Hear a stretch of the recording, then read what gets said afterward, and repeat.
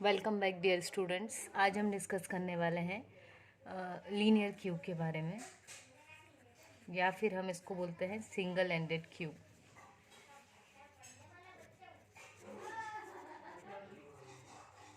जब हम क्यू की बात करते हैं तो जनरली हमारे माइंड में क्यू आती है आइदर जो हम रिजर्वेशन करने जाते हैं रेलवे का, तो जो हमारी एक लाइन मेंटेन होती है क्यू। तो यदि हम इसको भी देखें एक रियल लाइफ एग्जांपल कि जनरली जो भी हमारी क्यू रहती है उसमें जो भी नया बंदा आता है, ये है हमारी टिकट विंडो। ठीक है, यहाँ पे कोई बंदा बैठा हुआ है। सो इस टिकट विंडो पे कौन जाएगा? जो सबसे पहले आया था। और जो नया बंदा यदि कोई आता है टिकट लेने के लिए, तो वो कहाँ जाएगा? इस वाले एंड पर। तो किसी भी क्यू के हम बोल सकते हैं कि दो एंड्स होते हैं। ठीक, टू एंड्स, ये चीज़ आपको माइंड में रखनी है। तो उन दो एंड्स के नाम होते हैं। जो आपका फर्स्ट एंड है, जहाँ से है पर्सन की रिक्वेस्ट फुलफिल होके वो इस लाइन से बाहर हो जाता है, या हम कहें कि डिलीट हो जाता है लाइन से, उस एंड को बोलते हैं फ्रंट। ठीक, तो फ्रंट एंड से हमेशा क्या होगा? डिलीशन। और ये वाला एंड जहाँ पर नया व्यक्ति, नया एलिमेंट इंसर्ट होगा, उस एंड को बोलेंगे रियर एंड। यहाँ पे हमेशा क्या होगा? इंसर्शन। ठीक है, तो इसके पहले हमने स्टैक डेटा स्ट्रक्चर देखा था जिसमें एक ही एंड होता था जिसको टॉप ऑफ द स्टैक बोलते थे हम। लेकिन क्यू में जब हम बात करेंगे तो क्यू में होते हैं दो एंड्स, और एक एंड का नाम होता है फ्रंट और दूसरा एंड का नाम होता है रेयर। जब भी डिलीशन होगा तो इस फ्रंट एंड से होगा, एंड इंसर्शन होगा तो इस रेयर एंड से होगा। ये चीज़ आपको ध्यान रखनी है। दूसरी चीज़, ये जिस प्रिंसिपल पे काम करता है उस प्रिंसिपल का नाम है फर्स्ट इन फर्स्ट आउट। ठीक है, जिसको हम कई बार फर्स्ट कम फर्स्ट सर्व भी कहते हैं। तो जो पहले आएगा लाइन में उसको टिकट पहले मिलेगी और वो पहले लाइन से फ्री हो जाएगा। ठीक है, एंड जो जितनी लेट आएगा उसको उतनी लेट उसकी रिक्वेस्ट जो है उसको प्रोसेस किया जाएगा। ठीक, तो ये दो चीज़ आपको बहुत ध्यान रखनी है। अब हम जो देखने जा रहे हैं कि जब हम क्यू को भी इम्प्लीमेंट करके देखेंगे तो हम एक अरे के थ्रू ही इम्प्लीमेंट करने वाले हैं क्यू को। सो ये हमने ले लिया अपना एक अरे।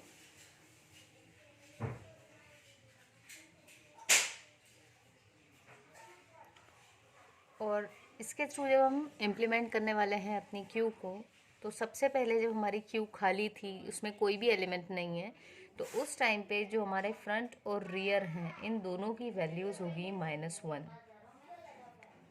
फ्रंट और रियर की -1 जो वैल्यू है ये डिनोट करती है कि हमारी जो क्यू है वो क्या है? एम्प्टी है। ठीक, ये हो गया हमारा फर्स्ट कंडीशन।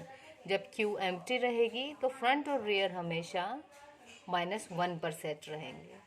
अब दूसरी कंडीशन कि जब हम कोई एलिमेंट को इंसर्ट करेंगे, तो जब ये हमारा फर्स्ट एलिमेंट होगा इंसर्शन के लिए, ठीक है, ध्यान से सुनिएगा, जब हम इंसर्शन परफॉर्म कर रहे हैं और ये हमारा फर्स्ट एलिमेंट है जिसको हम इंसर्ट करने वाले हैं, तो फर्स्ट एलिमेंट के केस में फ्रंट और रेयर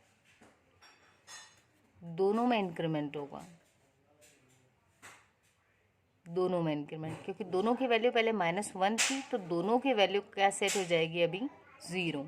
देखें यदि हम यहाँ पर, तो देखो जब भी इंसर्शन करना है तो हमने क्या कहा? रेयर एंड से होगा। तो इंसर्शन के लिए पहली स्टेप होती है हमेशा रेयर को इंक्रीमेंट करना।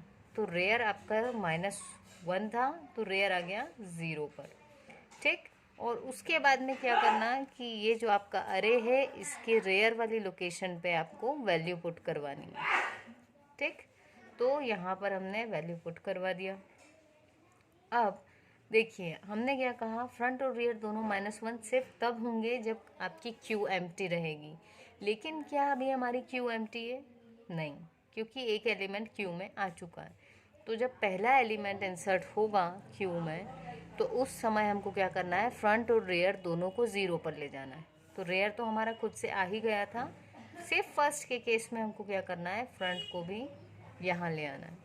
तो ये जो कंडीशन है हमारी वो क्या है? इफ़ यदि फ्रंट हमारा -1 था तो हमको क्या कर देना है, फ्रंट को 0 कर देना है। ठीक है। अब यदि इंसर्शन होगा तो अब क्या होगा, अब सिर्फ रेयर आगे बढ़ेगा। मान लो मुझे एक और एलिमेंट इंसर्ट करना है, तो रेयर को क्या करेंगे हम, इंक्रीमेंट। तो रेयर इस 1 वाले इंडेक्स को पॉइंट करेगा और यहाँ पर हमको वैल्यू पुट करवानी है। ये देखिए first step rear plus plus, तो रेयर 0 से आ गया 1 पर।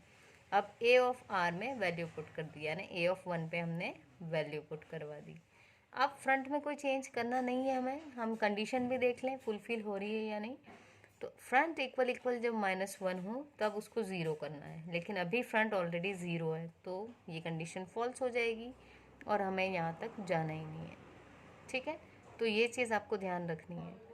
फिर हमने क्या किया, और इंसर्शन यदि करना है तो रेयर आपका फिर आगे गया। ठीक, तो ऐसा करते करते एक टाइम आएगा जब हमारी जो क्यू है वो कम्प्लीटली फिल हो जाएगी और यहाँ पर रेयर आ जाएगा, यहाँ से हट के यहाँ पर आ जाएगा। अब यदि मैं और इंसर्शन परफॉर्म करना चाहूँ तो पहले रेयर को इंक्रीमेंट करना पड़ेगा, लेकिन क्या होगा, अरे की जो हमारी साइज़ थी वो हमने 5 ही दी थी, तो अब अरे इससे ज़्यादा को सपोर्ट कर नहीं पाएगा। तो इस केस में क्या बोलेंगे हम कि हमारी क्यू जो है वो फुल हो चुकी है। तो यदि आप क्यू फुल की कंडीशन की हम बात करें तो क्यू फुल की कंडीशन क्या होगी गाइस,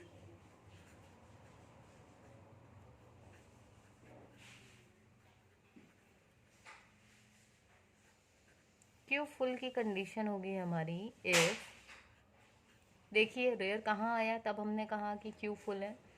रेयर आ गया हमारे 4th लोकेशन पे और इसकी साइज़ कितनी थी, 5 थी, तो 4 को मैं साइज़ -1 बोल सकती हूँ।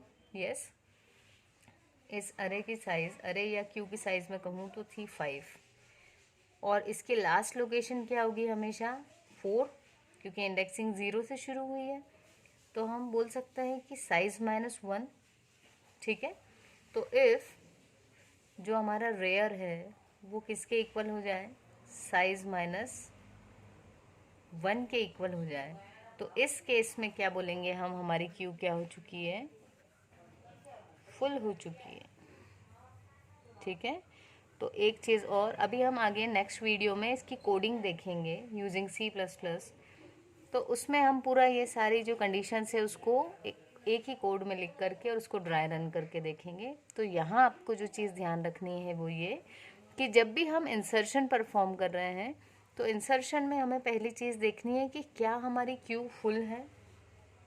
यदि हमारी क्यू फुल है, ठीक है, ये फर्स्ट स्टेप चेक करना है। यदि हमारी क्यू फुल है तो हम इंसर्शन परफॉर्म कर ही नहीं पाएंगे, मैसेज दे देंगे क्यू फुल और बात ख़त्म। बट यदि हमारी क्यू फुल नहीं है और यहाँ पर कोई प्लेस अवेलेबल है तो उस केस में हम क्या करेंगे, उस केस में भी दो चीज़ें हो सकती हैं। पहली चीज़ हो सकती है कि आपका जो फ्रंट था वो ऑलरेडी 0 पर है, ठीक, तो आपको सिर्फ रेयर को आगे बढ़ाना है, तो हम रेयर को आगे बढ़ाएंगे और एलिमेंट इंसर्ट करवा लेंगे। ठीक है, या दूसरा केस हो सकता है कि आपका फ्रंट और रेयर दोनों -1 पे सेट थे, क्यू आपकी टोटली एम्प्टी थी और जो आप इंसर्ट कर रहे हो वो फर्स्ट एलिमेंट है। तो सिर्फ फर्स्ट के केस में हमें ध्यान रखना है कि जब हम पहला एलिमेंट इंसर्ट करें तो रेयर तो इंक्रीमेंट होगा ही, लेकिन फ्रंट भी 0 पर आ जाना चाहिए। ठीक है, तो आई थिंक आज का जो लॉजिक हमने समझने की कोशिश की वो आपको समझ में आया होगा। यदि आपको ये आज का लेक्चर समझ में आया है टॉपिक, तो वीडियो को लाइक करें एंड कमेंट सेक्शन में ज़रूर से बताएं कि आपको अगर समझ में आया है तो भी, या अगर कहीं कोई डाउट रहा है तो आप डाउट भी पूछ सकते हैं। Thank you.